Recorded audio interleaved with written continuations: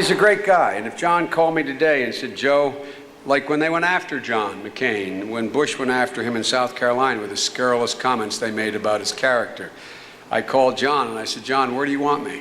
I'm an Al Gore guy, but where do you want me? I will show up anywhere in America to testify to the kind of man you are. And he is a good man. He is a good man.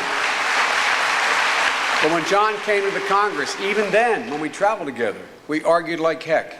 We argued like heck about policy. We are friends, which is the incredible thing about a democracy. The first guy to call me when I was asked to join the ticket was John, to congratulate me. But John and I have had not bitter, but spirited arguments about everything from Amtrak to Afghanistan. We used to argue when we traveled together as friends, him as a captain of the United States Navy and me as a young United States Senator. My argument with John is not John the man. My argument with John is ideas. My argument with John is the fundamental difference John and I have about where to take this country. And it is fundamental. Ladies and gentlemen, today, and this is why Ed's such an incredible governor, they announced the unemployment figures nationwide. For the 8th month in a row, Americans have lost jobs. We have lost 604,000 jobs in America just this calendar year. We're in a position where we had 84,000 lost jobs, shattered dreams, broken homes that occurred as a consequence of this loss of work just in the month of August. We now have 6.1% of the American workforce idle. And you know what that means. When a man or woman loses their job, they not only lose their income, they lose their sense of dignity. They lose their identity, who they are. That's how we identify ourselves. That's how we're brought up. That's how in my neighborhood and yours you're identified. You're identified by your willingness to work hard, your willingness to do the right thing, your willingness to show up every day and provide for your family. And so it's not merely a lost job. It's a lost sense of identity that occurs. And I don't think my Republican friends, this ain't your father's Republican Party, by the way. This is a different Republican Party. And so, folks,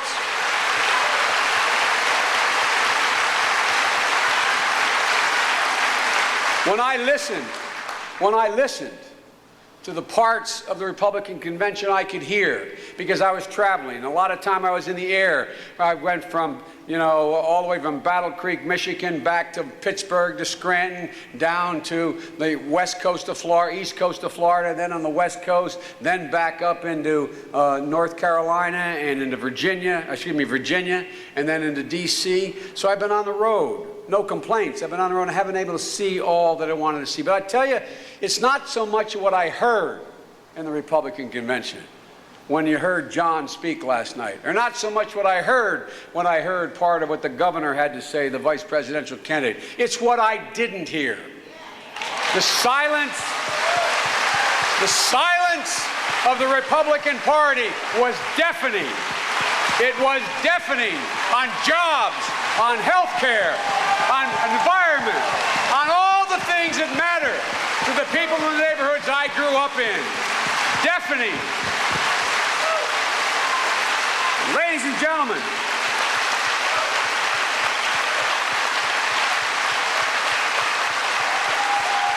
their America is not the America I live in. They see something different than I see. Ladies and gentlemen, literally, those of you, I can't swear to this because I didn't see every bit of every speech, but I asked my staff to check. Do any of you recall either candidate on the Republican ticket utter the phrase middle class?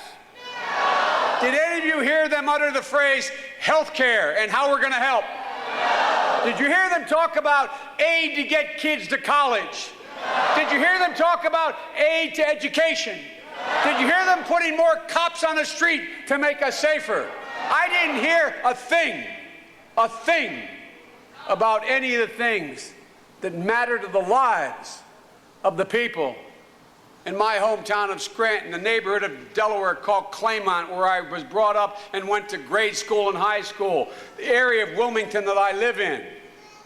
Ladies and gentlemen, Rick Davis John's campaign manager said 2 days at the convention, and I heard this. He said, this election is not about issues. That's what he said. And everything I saw at the convention demonstrated that. It was about how well placed, and boy, she is good, how a left jab can be stuck pretty nice. It's about how Barack Obama is such a bad guy. It's about how, in fact, they got great quips. Man, they were like the kids, you know, when you went to school and you were very proud of the new belt you had or the shoes you had, and there was always one kid in the class that said, oh, are they your brothers? Remember that kid? That's what this reminded me of. Oh, I love your dress. Was that your mother's? You know what I'm talking about. What do you talk about when you have nothing to say? What do you talk about when you cannot explain the last 8 years of failure?